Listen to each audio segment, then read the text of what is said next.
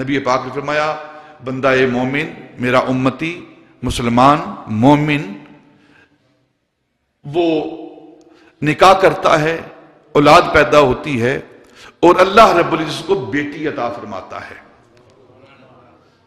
आज हमारे माशरे में जब बेटी पैदा होती है तो हम उस तरह मोहब्बत का और खुशी का इजहार नहीं करते जिस तरह करना चाहिए।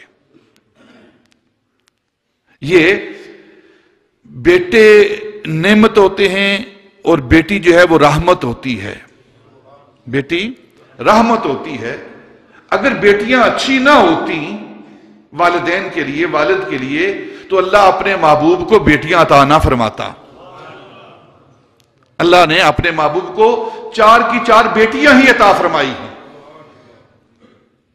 तो नबी पाक सल्लल्लाहु अलैहि वसल्लम फरमाया कि निकाह होता है, अल्लाह बेटी अता फरमाता है और वो शख्स बाप उस बेटी को पालता पोसता है, उसकी तरबियत करता है, उसे आदाब सिखाता है, दीन दुनिया सिखाता है, तालीम देता है, उसे रहने सहने का सलीका सिखाता है।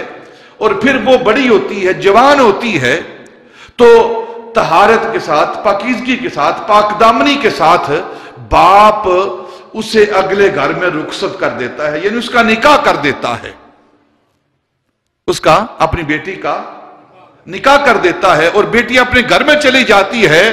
तो नबी पाक सल्लल्लाहु अलैहि वसल्लम फरमाया, वो बाप जो तहारत और पाकीज़गी के साथ तालीम देकर अपनी बेटी को निकाह करके बेच देता है, कल क़यामत के रोज वो बाप और मैं इस तरह होंगे जिस तरह ये 2 उंगलियां होती हैं।